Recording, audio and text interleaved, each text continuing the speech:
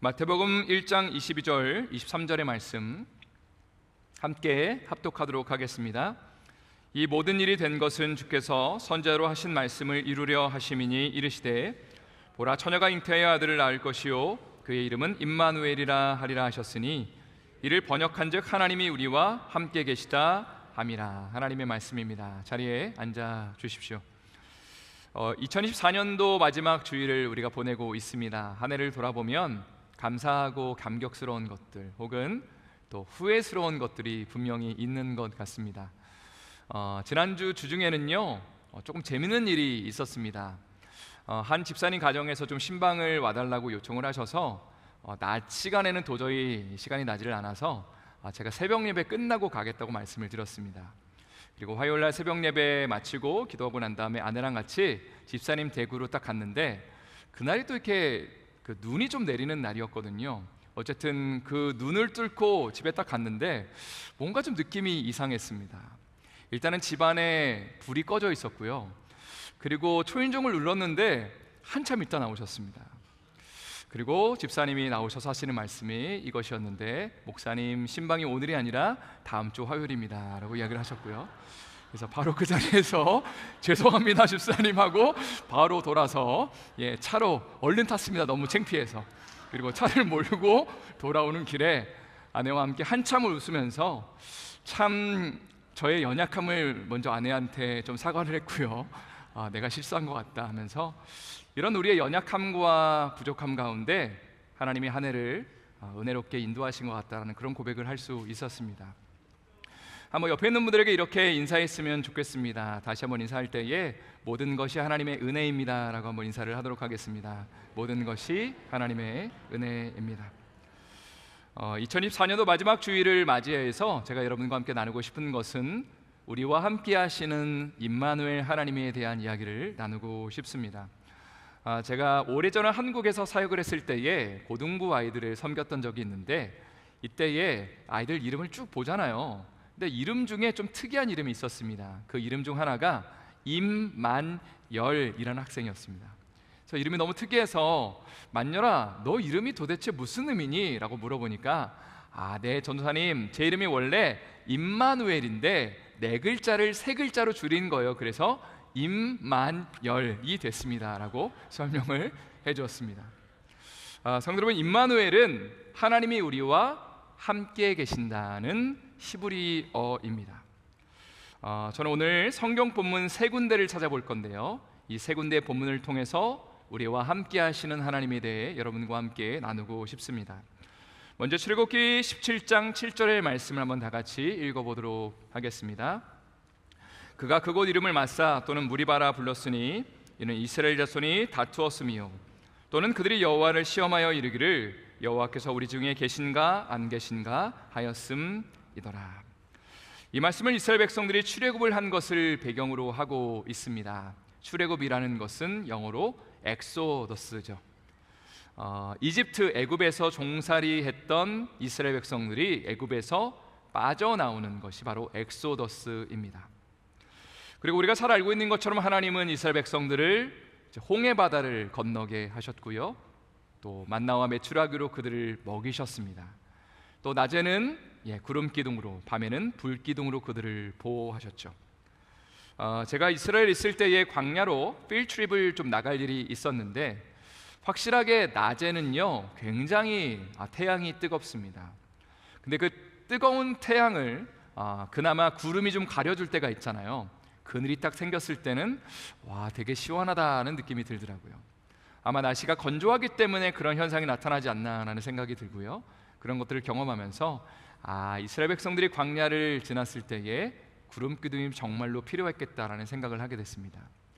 밤이 되니까 정말로 추웠습니다. 굉장히 추워지는 그 날씨를 이기기 위해서 저희가 또 모닥불을 피워놓고 학생들과 함께 찬양을 불렀던 그런 기억이 있습니다. 하나님은 이스라엘 백성들이 광야의 시간을 40년 보내는 동안에 낮에는 구름 기둥으로 또 밤에는 불 기둥으로 그들을 보호하시고 인도하셨죠. 또 이스라엘 백성들의 그 정중앙에는 태버네클, 성막을 세우게 하셨고요, 이렇게 약속하셨습니다. 내가 너희와 함께 할 거다. 이 성막에 내가 함께 있을 거다라고 주님이 약속하셨다는 겁니다. 여기까지만 보면 하나님은 분명히 이스라엘 백성들과 함께 하시는 분이셨죠. 그런데 조금 전에 읽었던 출애굽기 17장에 보면 이스라엘 백성들이 광야 시간을 보내며 마실 물이 떨어지게 되었습니다. 물이 없으니까 사람들은 불평하고 짜증을 부리고 난리를 치면서 이렇게 말했죠. 하나님이 정말 우리 가운데 계신 것이 맞습니까? 그때에 하나님은 모세에게 지팡이로 반석을 치라고 말씀하셨고요, 반석을 치니까 물이 나왔다라고 성경은 기록하고 있습니다. 그리고 나서 출애굽기 17장 7절 말씀, 조금 전에 읽었던 말씀인데 제가 다시 한번 읽어드리겠습니다.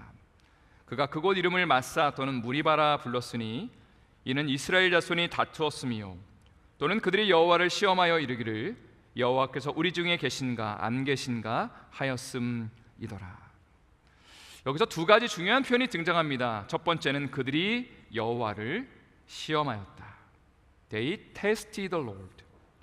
두 번째 표현은 이르기를 여호와께서 우리 중에 계신가 안 계신가 하였음이더라. 제가 조금 전에 나눈 것처럼 하나님은 이스라엘 백성들 가운데 분명히 계시는 분이었죠. 10가지 재앙을 통해 이스라엘 백성들을 출애굽시키셨고 앞에서 언급한 것처럼 홍해 바다를 건너게 하셨습니다. 만나와 메추라기를 먹이셨고 그리고 낮에는 구름 기둥으로 밤에는 불 기둥으로 그들을 분명히 인도하셨죠.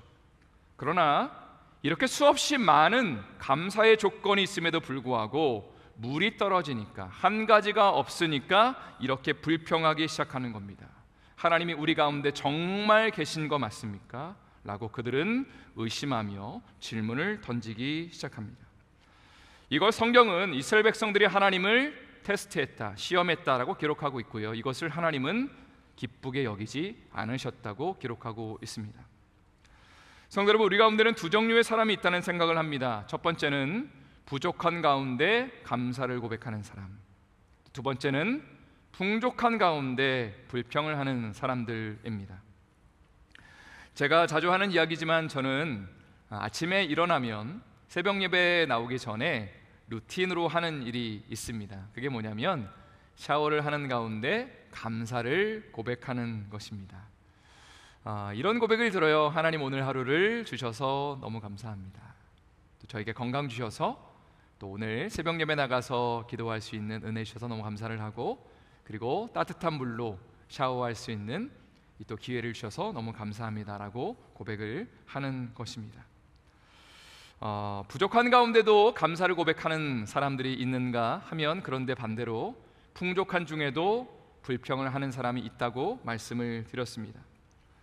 쉽게 말해 하나님은 99가지를 이미 공급하시고 많은 역사를 보여주셨는데 우리에게 없는 것 하나에 집중할 때가 있다는 것이죠. 그래서 이스라엘 백성들은 지금까지의 기적과 이적들을 다 잊어버린 것 같습니다. 하나님이 그들을 특별하게 선별하시고 그들에게 복을 주시고 정말 놀라운 역사와 은혜를 이미 많이 보여주셨는데 내가 지금 갖고 있지 않은 한 가지로 말미암아 이렇게 말했다는 거죠. 하나님이 정말 우리 가운데 계신 거 맞냐라고 불평했다는 것입니다. 여러분은 부족한 중에도 감사를 고백하고 계신가요? 아니면 풍족한 중에도 불평과 짜증을 내고 계신가요? 우리 삶의 기쁨과 또 행복이 넘치기 위해서는 감사의 습관이 좀 있어야 된다는 생각을 하게 됩니다. 상황과 환경이 바뀌어서 기쁘고 감사한 것이 아니라 우리 삶의 어려움과 힘듦이 있지만 감사의 고백들을 계속해서 하는 가운데 하나님 보시는 그 은혜와 충만함이 넘치게 되는 것이죠. 또 우리가 자주 부르는 찬양 중에 날 구원하신 주 감사라는 찬양에 보면 다음과 같은 멜로디가 참 마음에 와닿습니다. 제가 몇 소절만 여러분과 나누고 싶은데요. 응답하신 기도 감사, 거절하신 것 감사, 아픔과 기쁨도 감사, 절망 중 위로 감사, 길가의 장밋꽃 감사, 장밋꽃 가시 감사, 기쁨과 슬픔도 감사, 하늘 평안을 감사. 성도 여러분, 꼭 한 가지를 기억하시기를 소망합니다. 우리가 감사를 고백할 수 있는 이유는 상황과 환경이 좋아졌기 때문에가 아니라 하나님이 우리와 함께 계시기 때문이죠. 우리와 동행하시고 우리를 구원하시고 당신의 아들을 이 땅 가운데 보내주셔서 우리를 향한 그 사랑을 온전히 보이시며 내가 너희와 함께 할 거다라고 약속하시기 때문에 그래서 우리는 감사를 고백할 수 있다는 것입니다. 두 번째로 살피고 싶은 본문은 이사야 7장 14절의 말씀입니다. 한번 더 다 같이 저희 읽어보도록 하겠습니다. 그러므로 주께서 친히 징조를 너희에게 주실 것이라. 보라, 처녀가 잉태하여 아들을 낳을 것이요 그의 이름을 임마누엘이라 하리라. 이 말씀은 기원전 700년경에 있었던 일을 배경으로 하고 있습니다. 지금으로부터 2700년 전에, 아주 오래전에 있었던 일이죠. 다음 슬라이드를 보시면요, 이스라엘은 당시에 북이스라엘과 남유다로 나눠져 있었습니다. 북이스라엘과 그 옆에 있는 나라 시리아, 아람이라는 나라가요 이제 합세를 해서 밑에 남유다를 치려는 지금 계획을 갖고 있습니다. 이런 비유가 적절할지 모르겠지만 조금 쉽게 예를 든다면 대한민국도 북한과 남한이 있는데 북한이 옆에 있는 중국이랑 합세를 해서 지금 남한으로 쳐들어오는 그런 장면을 상상하시면 되겠습니다. 많은 사람이 불안에 떨면서 이걸 어떻게 해결해야 될지 고민을 하는 가운데 가장 쉬운 해결책 중 하나는 뭐냐면 다른 나라에 가서 도움을 구하는 거죠. 미국 같은 나라에 가서 우리를 좀 도와달라고 그렇게 분명히 요청을 할 것입니다. 마찬가지로 당시에 남유다는 그 주변에 대제국으로 알려졌던 아시리아에 가서 도움을 요청했습니다. 그런데 하나님은 이 모습을 보며 이렇게 말씀하셨죠. 얘들아, 내가 너희를 구원할 거니까 아시리아에 가서 도움을 요청하지 않기를 원한다. 그리고 내가 너희를 구원할 징조를 하나 보여줄 거다라고 말씀하시는데 당시에 남유다의 왕이었던 아하스는 이렇게 말합니다. 주님, 우리는 징조를 구하지 않겠습니다. 우리는 그냥 옆에 나라 가서 도움을 구하는 게 훨씬 더 편한 것 같습니다 라고 이야기를 하죠. 근데 바로 그때 하나님은 이사야 선지자를 통해서 아하스 왕을 아주 책망하십니다. 그리고 이렇게 말씀하시는 거죠. 이사야 7장 14절의 말씀이 이 배경 가운데 선포된 것이죠. 내가 징조를 하나 보여줄 건데 처녀가 잉태의 아들을 낳을 것이고 그의 이름을 임마누엘이라 하리라. 내가 어떤 한 사건을 보여줄 것인데 이 사건을 통해서 하나님이 우리와 함께 계신다는 것이 드러날 것이다 라고 주님은 말씀하신다는 겁니다.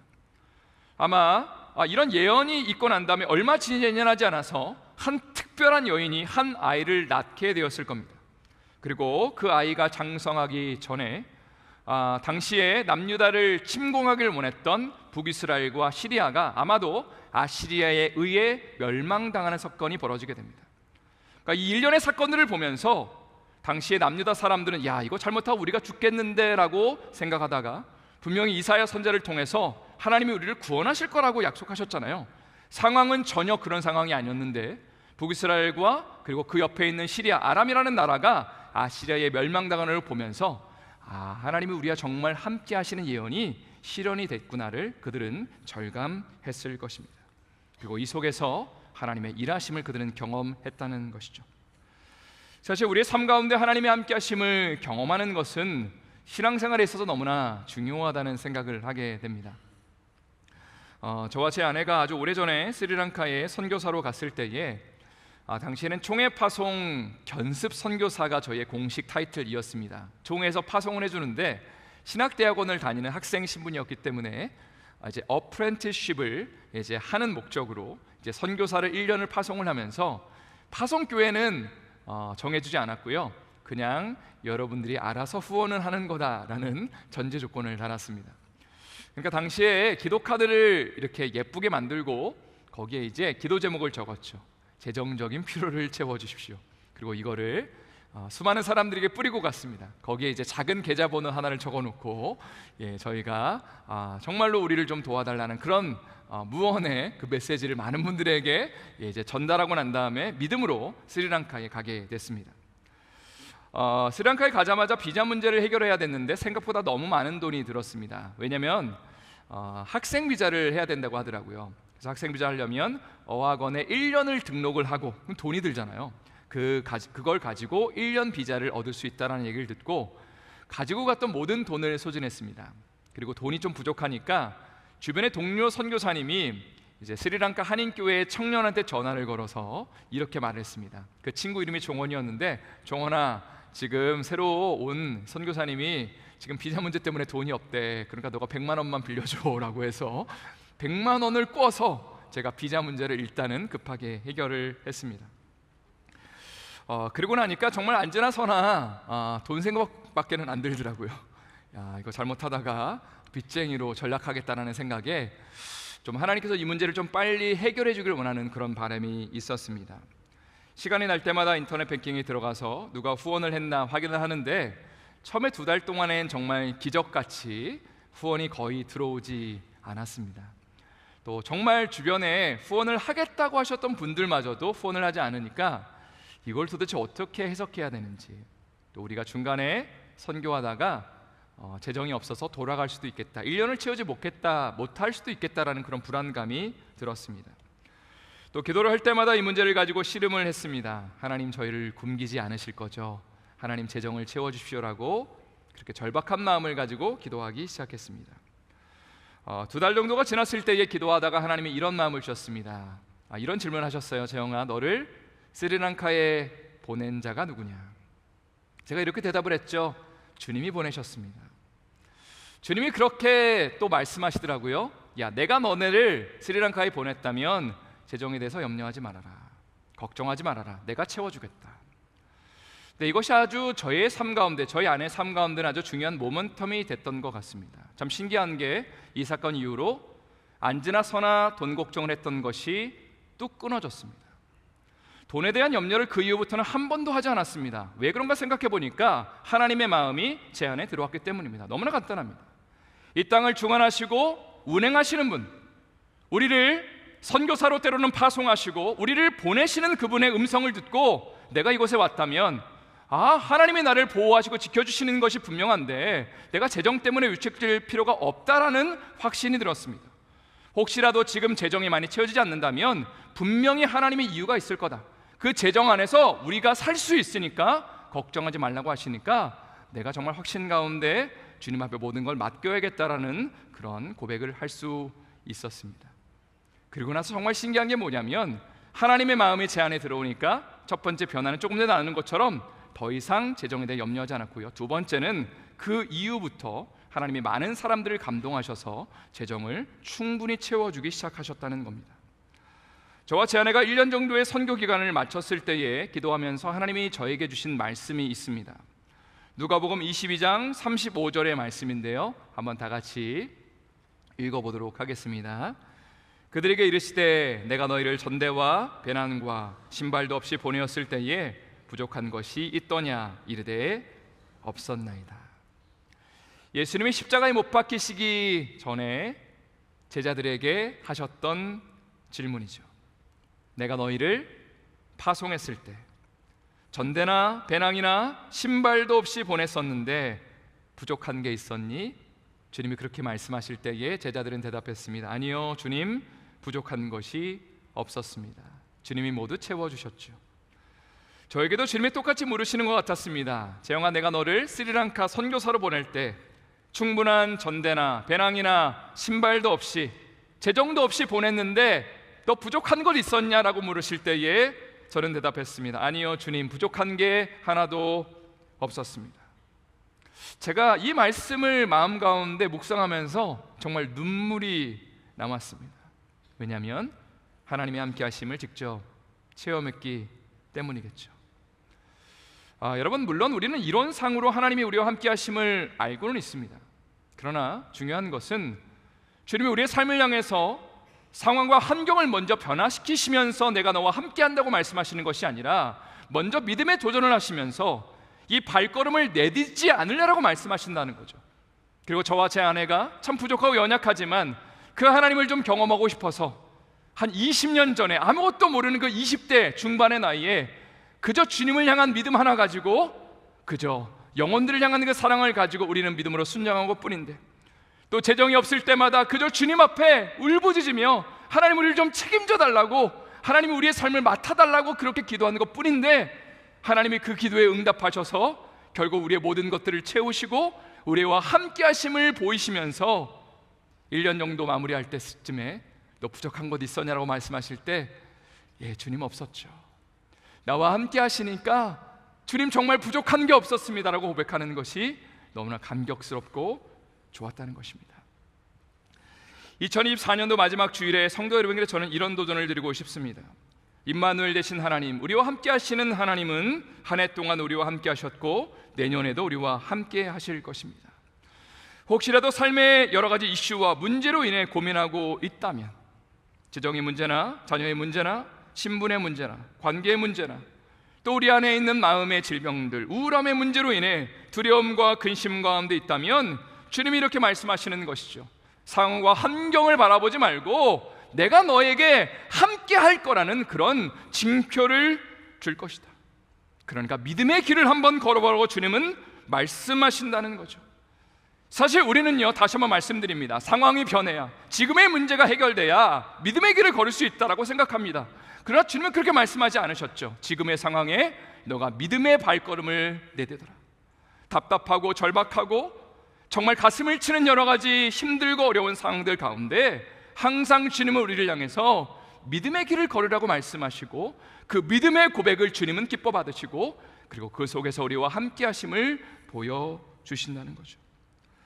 또 한 가지 여러분들에게 당부드리고 싶은 것은, 이제 한 8일 정도 있다가 신년 기도회와 선교 사명자 대회가 이제 열리게 됩니다.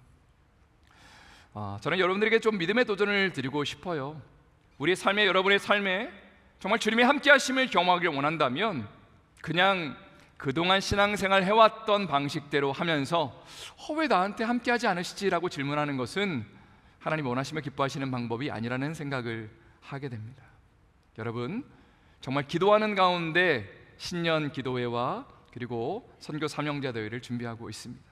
또 정말 귀한 강사님을 초빙해서 정말 그 강사님의 삶 가운데 하나님이 어떻게 역사하셨는지, 아프고 연약하고 정말 애통하는 사람들이 하나님의 은혜 가운데 어떻게 정말로 치료받고 새로운 삶을 사는지에 대한 나눔을 할 것인데, 여러분들 함께 적극적으로 또 함께 동참하셔서 믿음의 발걸음을 내딛으시기를 예수님의 이름으로 축원드립니다. 마지막으로 살펴보고 싶은 본문은 마태복음 28장 19절과 20절의 말씀입니다. 한번 다 같이 읽어보도록 하겠습니다. 그러므로 너희는 가서 모든 민족을 제자로 삼아 아버지와 아들과 성령의 이름으로 세례를 베풀고 내가 너에게 분부한 모든 것을 가르쳐 지키게 하라. 볼지어다 내가 세상 끝날까지 너희와 항상 함께 있으리라 하시니라. 이 말씀은 예수님의 지상 사명으로 알려져 있는 말씀입니다. 땅끝까지 복음을 전하고 제자 삼으라고 말씀하신 것이 예수님이 우리에게 주신 유언의 말씀입니다. 맨 마지막 말씀이 참 와닿죠. 볼지어다 내가 세상 끝날까지 너희와 항상 함께 있으리라. 하나님이 우리에게 주신 임마누엘의 약속과 동일한 약속을 예수님이 우리에게 하셨다는 겁니다. 우리가 너무나 잘 알고 있는 것처럼 하나님은 우리에게 당신의 아들 예수 그리스도를 이 땅 가운데 보내셨죠. 예수님은 우리를 위해 십자가를 지시고 우리의 죄 문제를 해결하시고 죄로 인해 우리와 멀어졌던 하나님과의 그 관계를 좁히시며 가깝게 만드셨습니다. 그리고 예수 믿는 자들에게 성령을 보내주셔서 하나님이 우리와 정말로 함께 하신다는 것을 보여주셨죠. 그리고 예수님은 마지막 사명, 지상 사명을 우리에게 주시면서 복음을 전하러 나가는 당신의 사람들에게, 또 Here and Now 선교사로 이 땅을 살아가길 원하는, 또 우리의 가정과 직장을 신실하게 섬기기를 원하는 당신의 사람들에게 이렇게 약속하시는 것이죠. 얘들아, 내가 세상 끝날까지 너희와 항상 함께 있을 것이다. 그저 눈에 보이는 대로 이 땅을 사는 삶이 아니라 사명을 가지고 믿음으로 이 땅을 살아가기를 결단하는 모든 사람들에게, 그 복음을 증거하기를 원하는, 또 복음을 증거하는 것을 최우선으로 하는 안디옥 교회를 섬기는 모든 성도들에게 주님이 약속하시는 것이죠. 얘들아, 내가 세상 끝날까지 너희와 항상 함께 할 것이다. 너희가 우는 순간에, 아파하는 순간에, 괴로운 순간에 혼자가 아니라 내가 그 순간에 너와 함께 할 거니까 그것을 신뢰하고 믿으라고 주님이 우리에게 도전하신다는 거죠. 그리고 오늘은 아주 특별한 날입니다. 2024년의 마지막 주일이기도 하고 우리와 함께 이 22년 동안 신앙생활했던 김상기 목사님과 오지연 사모님이 이스라엘 선교사로 이제 첫 걸음을 내딛는 날입니다. 분명한 것은 우리 주님이 부탁하신 그 복음을 전하러 가는 그 형제 자매의 아름다운 발걸음 가운데 하나님이 함께 하실 거라는 사실이죠. 하나님이 파송하신 것이기 때문에 하나님이 지켜주시고 보호하시고 모든 필요들을 채우실 것을 믿음으로 고백합니다.